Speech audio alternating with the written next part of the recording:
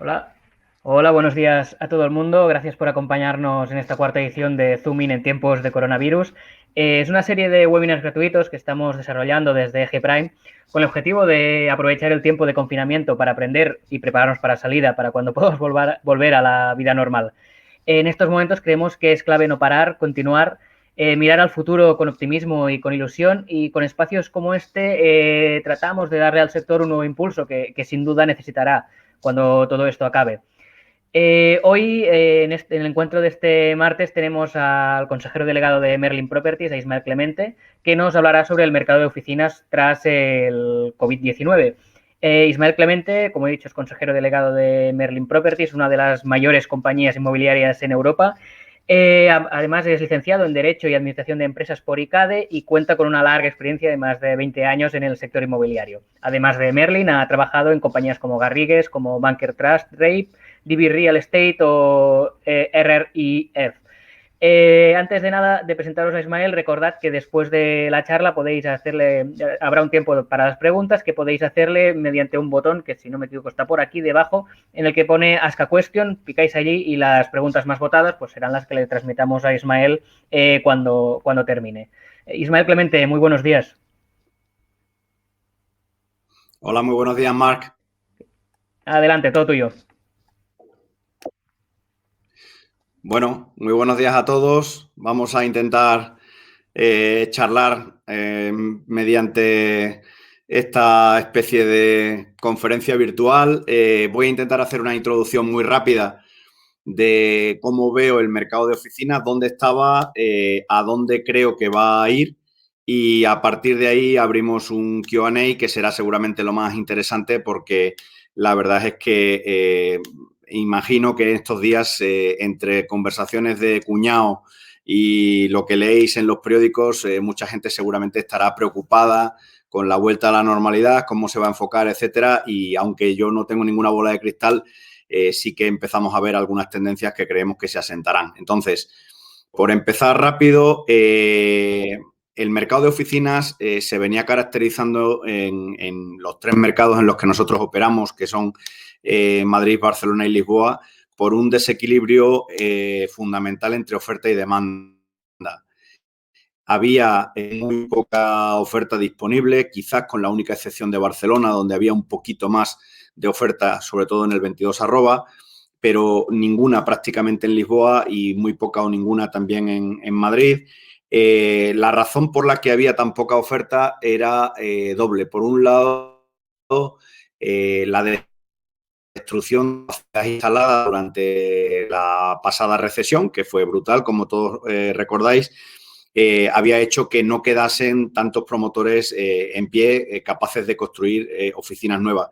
Y en segundo lugar, la lenta evolución del precio de las rentas, que tardó bastante en despegar en España, hacía que el yield on cost de construcción de una oficina no tuviese mucho sentido para el riesgo asumido. Es decir, que si te lanzabas a desarrollar un proyecto de oficinas, teniendo en cuenta las rentas que ibas a obtener al final, no compensaban especialmente el coste de construcción. Debido a eso, la verdad es que España se caracterizaba, a diferencia de otros países europeos, por una contención bastante significativa de la oferta, que había provocado una estabilización del mercado con una ligera demanda en exceso de la oferta, y eso estaba provocando pues un incremento de las rentas que veníamos prácticamente cada trimestre. Veíamos cómo en renovaciones se estaban consiguiendo mejores rentas en el contrato de entrada que en el de salida, y estábamos viendo también un incremento de la ocupación.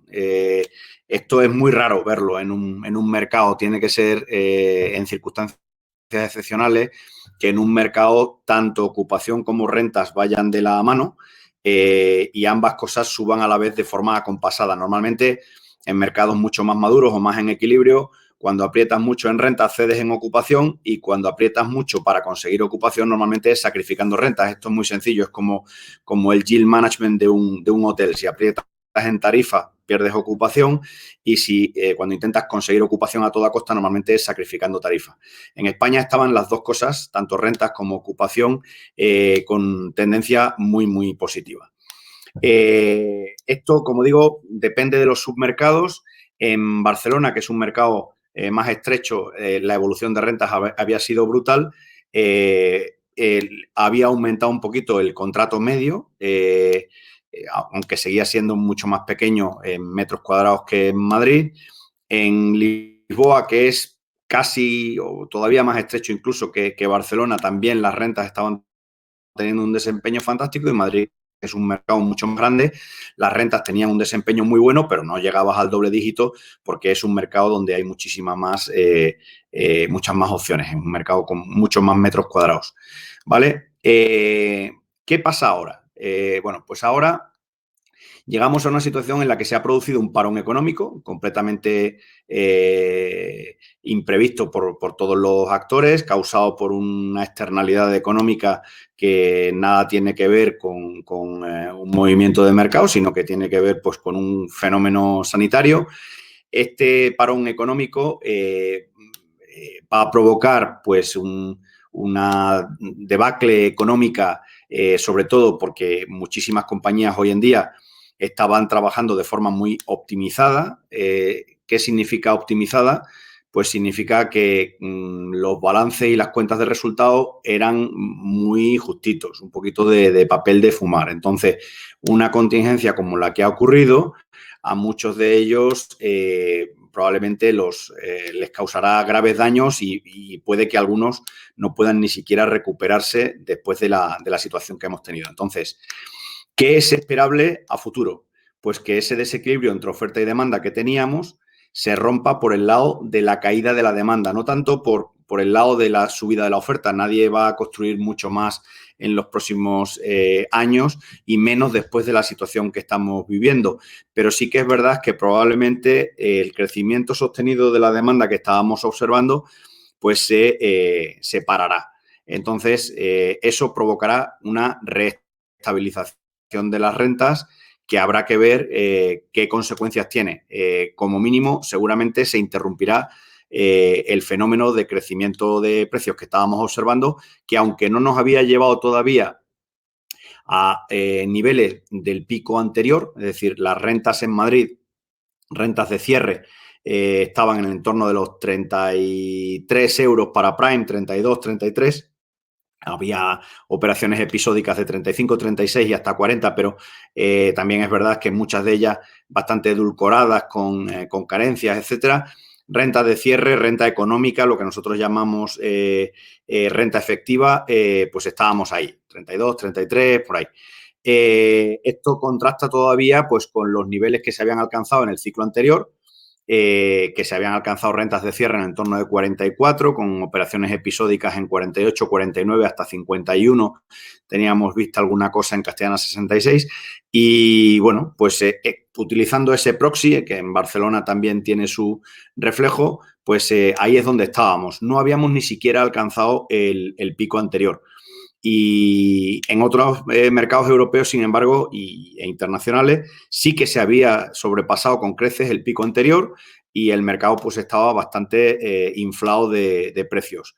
No tanto en España. Muchas veces los que me conocéis y hemos hablado en el pasado, pues recordaréis que siempre decía que mi temor era una externalidad. Es decir, que si se producía una externalidad, España no iba a tener esta vez ningún desequilibrio fundamental que justificase una crisis inmobiliaria, pero le podía venir impuesta desde fuera.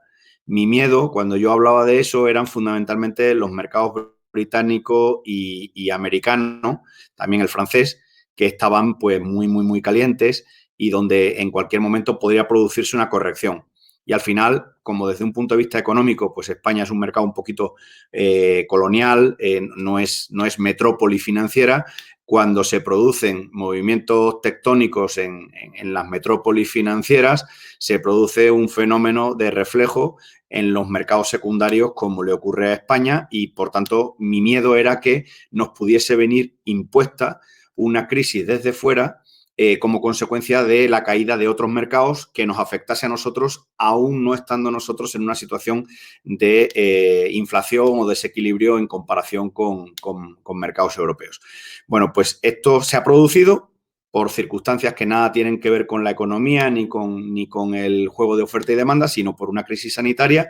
Y ahora tendremos durante un tiempo, porque habrá que ver qué forma adopta la recuperación. Yo particularmente soy optimista. Creo que la crisis va a ser profunda, va a provocar una especie de rebarajamiento de las cartas en mitad de una partida de póker, lo cual es trampa, pero va a ocurrir. Y ese rebarajamiento de las cartas va a hacer que muchos de los que iban ganadores en la partida de póker, si no habían construido un pequeño depósito de liquidez, pues ahora se vean perdedores, y muchos de los que iban perdedores, si sí han construido un mecanismo de liquidez que les permita pasar lo más duro del problema, pues a lo mejor emergen de esta nueva fase de la partida en mejor situación que la que tenían anteriormente. Bueno, aparte de la previsible caída de demanda, que ya veremos cuánto dura y cuánto afecta, porque obviamente a lo largo de los próximos años se irán generando nuevamente sectores ganadores y sectores perdedores en esta reemergencia a partir de la crisis, pero todos ellos necesitarán al final espacio de oficinas, con lo cual vamos a ver cuáles son las tendencias. Hay también una serie de elementos de los que todo el mundo habla que pueden venir también a reconfigurar el equilibrio entre inquilino y propietario. El primero de ellos, muy manido estos días, es el famoso teletrabajo. El teletrabajo, bueno, pues ya se ha convertido en motivo de tertulia y de conversación, que el teletrabajo va a causar un efecto en las oficinas. Mi opinión particular es que causará un efecto, pero será un efecto relativamente moderado. Creo que el teletrabajo podrá aumentar su incidencia, sobre todo en empresas de baja productividad, en profesiones relativamente en las que el trabajo diario o la manifestación del trabajo diario es relativamente repetitiva o similar, pues sí que puede que haya más gente que teletrabaje, pero el experimento del teletrabajo ya se probó a principios de los 90 y tiene un impacto significativo, muy significativo en productividad. Yo, vamos, simplemente por nuestra experiencia personal,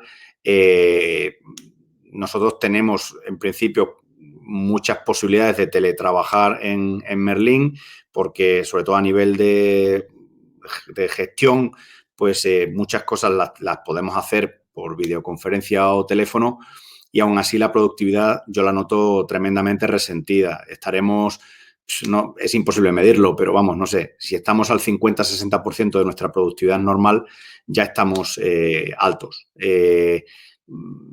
Hacer una presentación, revisarla e incluir las opiniones de diferentes miembros del comité de dirección se convierte en un infierno, mientras que en la oficina es un minuto.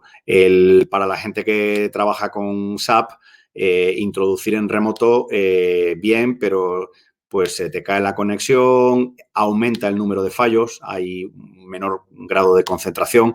En fin, no sé si el teletrabajo se convertirá realmente en un gran caballo de batalla en el futuro. Puede que como digo, para profesiones muy repetitivas o para empresas con una plantilla de baja productividad, puede que sí, pero para compañías de cierta productividad, para labores de directivas un poquito importantes, no creo que vaya a ser un gran elemento.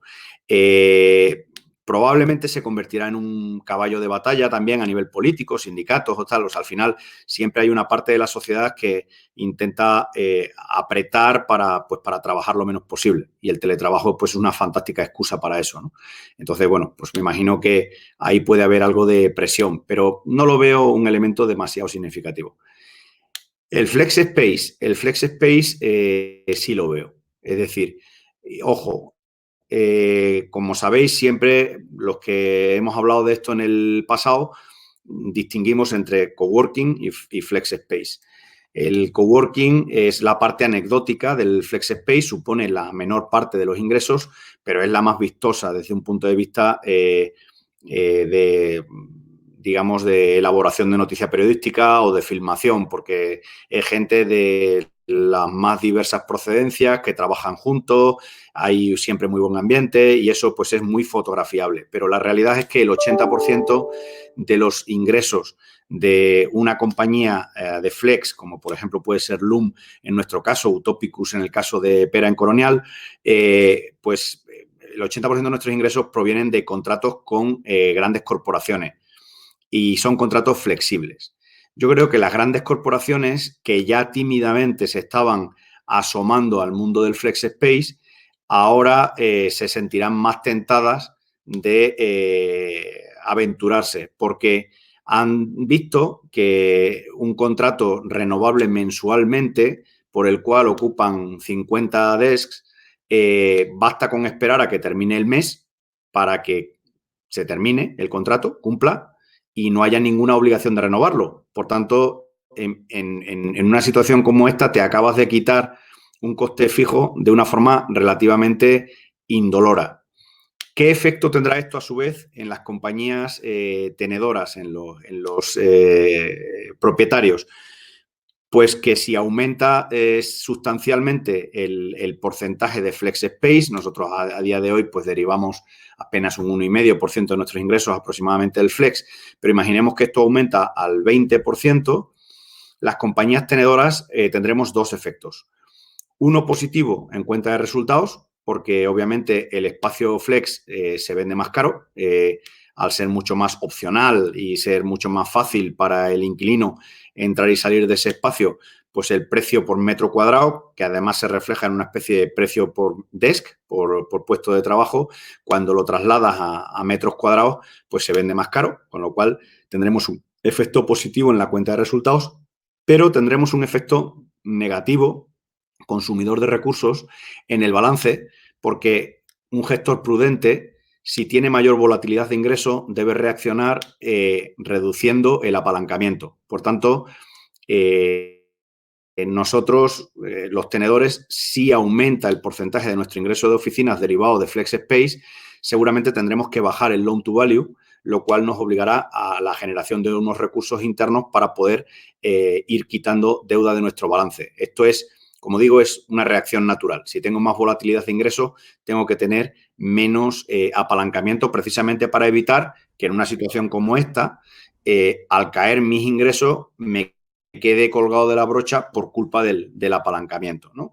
En contratos largos, pues el apalancamiento es mucho más justificable, puesto que tienes un stream de ingresos que no falla, aún en difíciles circunstancias como las que vivimos hoy en día. Sé que hay por ahí muchísima leyenda urbana respecto del incumplimiento de obligaciones, ya veréis cómo no. Es decir, esto ya ha pasado otras veces. Son obligaciones ex lege, derivadas de contratos, y no te puede salir.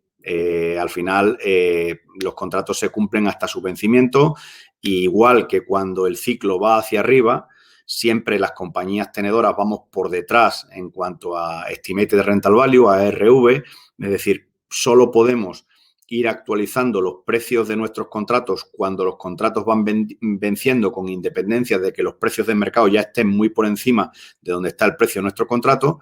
Cuando el ciclo va hacia abajo ocurre exactamente lo contrario. Es decir, tú aguantas hasta vencimiento y luego ya a vencimiento, en función de la tensión de rentas, ajustas, pero hasta el vencimiento tienes el derecho a cobrar íntegramente las cantidades. Toda la gente que opina que eso no es así, evidentemente está imbuida del espíritu asambleario este que tenemos hoy en día, por el cual las obligaciones se cumplen o no se cumplen según me da o según me interesa o tal, pero eso no es así, y el Código Civil es bastante agradecido con los propietarios en materia de cumplimiento íntegro de obligaciones.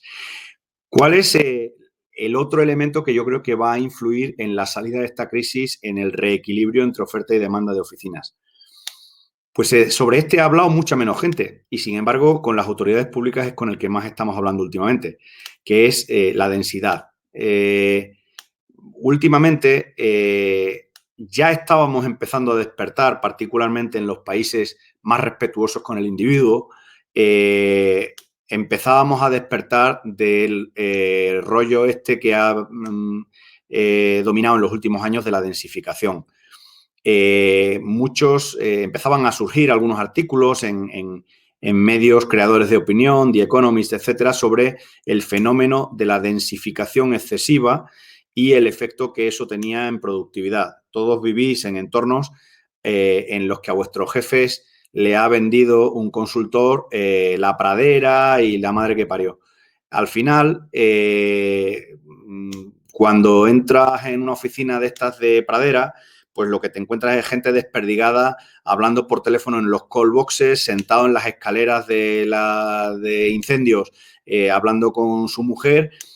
O en mi caso, por ejemplo, pues cuando llego a mi despacho, que es una pecerilla de cristal, pues, bueno, ahí siempre cuando vengo de cualquier reunión y entro en la oficina, pues siempre dentro de mi despacho hay una o dos personas dando vueltas, hablando por el teléfono, porque como es normal, la gente, incluso durante sus horas laborales, muchas veces tiene que establecer una conversación personal y la pradera, pues, malamente lo permite. También incluso conversaciones profesionales, pero que tienen un cierto grado de discreción, pues no pueden ser hechas en mitad de una pradera.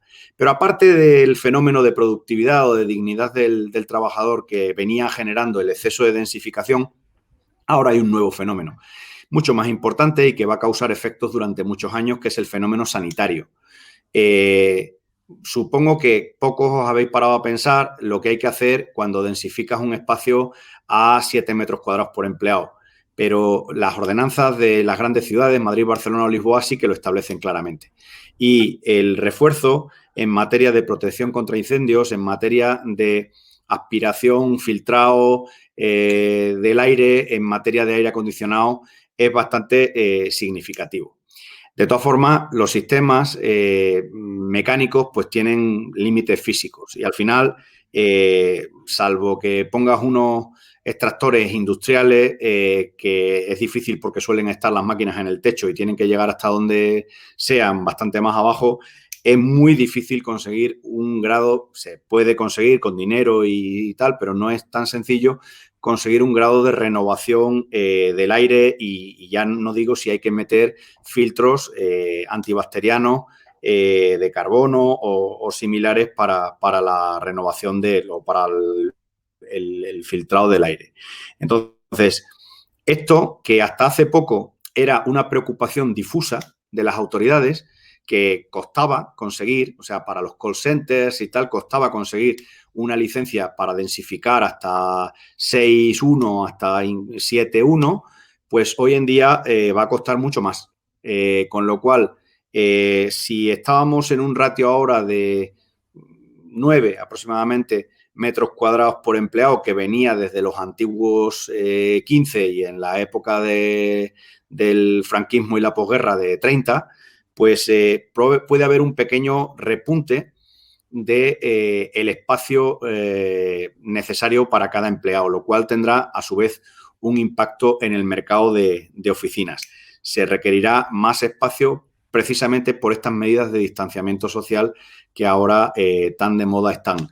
No pasa nada porque esto provocará probablemente una mejor ocupación, pero tendrá una incidencia en los precios. Las compañías, yo creo que no van a tolerar una subida de precios correlativa, sino que ajustará una cosa con la otra. Pero bueno, es un fenómeno que vamos a ver en los próximos años a medida que estas medidas de distanciamiento social probablemente hayan llegado para quedarse, porque hasta tanto no se desarrolle un sistema de vacunación o toda la población alcance inmunidad de rebaño, vamos a seguir teniendo diferentes remanifestaciones de esta maldita pandemia.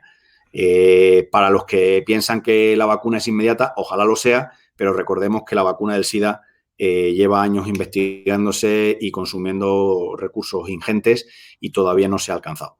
Por tanto, este cacharro, este virus, muta y lo más normal es que a medida que se vaya alcanzando una inmunidad poblacional, pues venga cada año con una cepa diferente, pero igual que ocurre hoy en día con la gripe, aunque tu inmunidad o la vacuna que te pone tu empresa no es nunca acierta con la cepa que viene no te mata. Es decir, ya tienes más o menos acostumbradas las defensas y te pegas una semana muy mal, pero normalmente no te hace tanto daño como si la hubieras cogido completamente de forma inopinada o el cuerpo no estuviera preparado. Por tanto, esta densidad a la que nos vamos a tener que acostumbrar, una nueva densidad en los próximos años y probablemente una nueva disposición de los espacios de oficina, pues probablemente ejercerá el efecto contrario que el que pueda ejercer el teletrabajo o el recurso al flex space. Eso es, yo creo, como veo que pueden pasar las cosas a futuro. Si os parece, yo creo que sin más preámbulos, pues nos metemos directamente en Q&A porque no tiene sentido que yo siga aquí contando batallitas como un abuelo. Es preferible que vayamos hablando, aunque sea virtualmente. No, al contrario, Ismael. Es muy interesante lo que has comentado. Es un placer poderte escuchar y tenerte delante, aunque sea con un ordenador por el medio. Pero bueno, si te parece bien, si empezamos con las preguntas, que tenemos varias. Por ejemplo, Héctor Manuel Méndez Rodríguez pregunta que cuando la reactivación ya sea una realidad, ¿qué mercado concreto dentro del real estate, si el logístico, el residencial o el terciario será el que pueda recuperar, el que pueda liderar la recuperación o la inversión? Y también si crees que el sector inmobiliario puede ser un sector refugio para la inversión, viendo que el resto de mercados quizás tarden más en poder dar rentabilidades. Bueno, el sector inmobiliario es un sector donde las subidas y las bajadas son siempre moderadas. De hecho, si se producen subidas o bajadas muy acusadas en inmobiliario es por excepción. Entonces, es un sector refugio, pero cuando se produzca la reactivación económica, mucho me temo que el favor de los inversores inicialmente irá más a empresas de alto crecimiento. O sea, pondrán la pasta en empresas de alto crecimiento porque considerarán que, aunque el riesgo asumido es muchísimo más alto, son compañías que puede irle bien o puede irle mal, pues tendrán más upside o más capacidad de multiplicación de las ganancias que en sector inmobiliario, que siempre va más despacito. Esto seguirá siendo lo que siempre ha sido, el refugio de dinero que necesita una cierta certidumbre de retorno, fondos de pensiones, aseguradoras mutuas, fondos de vida, patrimonios familiares. Seguirá siendo, yo creo que el motor de este sector continuará siendo ese dinero que lo que busca son rentabilidades definidas. Los sectores tirarán más cuando esto pase. Yo diría que oficina seguirá relativamente neutro. Vamos a ver qué efecto tiene el juego oferta y demanda, que tiene diferentes factores, como ahora mismo veníamos comentando. Creo que durante un tiempo se acelerará el fenómeno de aversión al retail.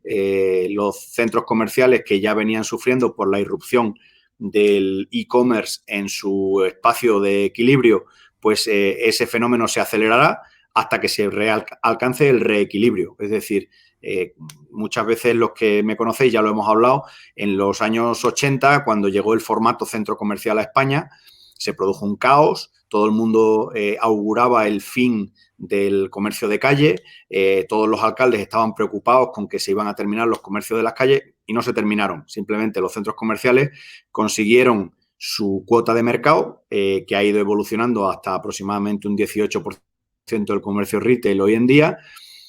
Una parte del golpe lo sufrió sobre todo el formato gran almacén, que en aquel momento había Celso García, Galerías Preciado, Marks & Spencer, Sepu, no sé qué, y eso fue todo a la porra y sobrevivió el Corte Inglés, que era el más fuerte y el que más recursos tenía en aquel momento, y el comercio de calle aguantó perfectamente. Bueno, pues exactamente por la misma razón, dentro de 10 años habrá un reequilibrio en este sector, el comercio online habrá conseguido una cuota de penetración, la que sea, que alcanzará su tope, aunque ahora pensamos que no y que va a ser del 100%, el comercio online no va a ser del 100%, alcanzará su tope, no sabemos por qué, no sabemos en qué momento las preferencias del consumidor cambiarán, pero alcanzará un tope, no sabemos si será el 20, el 25, el 30% de cuota del mercado retail, y los centros comerciales sufrirán su correspondiente disminución Grandes almacenes sufrirá especialmente porque basaba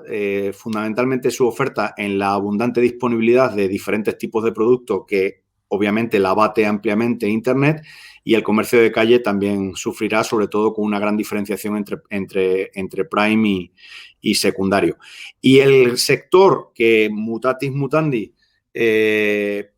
probablemente emerja como ganador de esta historia será el logístico, puesto que para poder servir ese comercio online se necesitará muchísimo más espacio logístico, que era un fenómeno que ya veníamos viendo en los últimos años y que se acelerará. Igual que se acelerará el ataque al fenómeno centro comercial, se acelerará también por el otro lado la eclosión del logístico como elemento auxiliar del e-commerce. También tenemos a Cruz Guijosa que pregunta, hablabas antes de los cambios que puede haber en los espacios de trabajo. Perdón, pero ella se centra en qué modificación del espacio en sí, del tocho, tendrá que haber. Por ejemplo, habla de ascensores más amplios o incluso halls también más amplios para que la gente pueda mantener esta distancia social que parece que se va a implantar, por desgracia.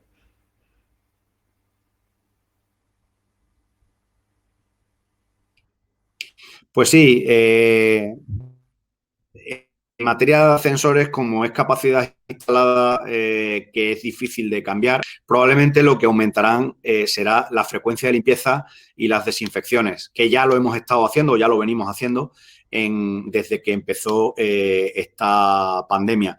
Entonces, nos acostumbraremos muchísimo más a, bueno, pues a botoneras más higiénicas, a el gel hidroalcohólico por todos sitios. Los ascensores de los edificios más nuevos probablemente pues tendrán que ser más amplios, pero no cambias la capacidad instalada. O sea, en Madrid hay 15 millones de metros cuadrados de stock, no los vas a cambiar, o en Barcelona hay casi 6 en algo tan crítico como es el ascensor, que no se puede hacer algo más grande de hoy para mañana. Más gente utilizará, sobre todo en edificios low-rise, utilizará escaleras y probablemente aumentará el uso de compartimentos dentro de las oficinas. Es decir, volveremos otra vez a la oficinilla esa que veíamos en las películas de Alfredo Landa, pues al despacho de Antúnez, ¿no? Y entonces Antúnez estará en su despacho y estará hecho con pladur o con un termoformado de plástico, y pondrá Antúnez en la puerta y tú entras y está Antúnez dentro, y simplemente ese estilo de oficina nos hubiera ahorrado muchos contagios en la eclosión del COVID-19. Pero bueno, las tendencias eran imparables y eran las que eran, ¿no? Eran a una enorme densificación y a una convivencia muy cercana entre los trabajadores. Perfecto. Ismael Clemente, pues muchísimas gracias por tu charla de hoy. Ha sido realmente interesante todo lo que nos has contado. Hay más preguntas, pero bueno, es que la mayoría las has ido respondiendo tanto durante la charla como ahora con las respuestas al resto de preguntas. Bueno, pues muchísimas gracias a vosotros. Espero que pronto nos podamos ver en otro entorno. Si puede ser con una cañita en la mano, mucho mejor. Sí, pues sí, ojalá sea pronto. Muchísimas gracias, Ismael. Al resto, recordaros que con este mismo enlace podréis recuperar el webinar dentro de pocos minutos cuando termine la retransmisión. Y igualmente mi compañero Mauricio Villa os pondrá ahora en el chat su correo por si queréis comentarle alguna cosa. Disculpad también si ha habido algún tipo de problema técnico durante la charla, ya sabéis cómo van estas cosas durante estos días. Y solo invitaros también a la charla, al webinar que tendremos mañana miércoles, que será con Luis de Ulibarri, cofundador de la Socimi Almagro, que nos hablará sobre las perspectivas del mercado del alquiler residencial. Otra vez será a las 10 de la mañana también. Muchísimas gracias a todos por estar hoy con nosotros.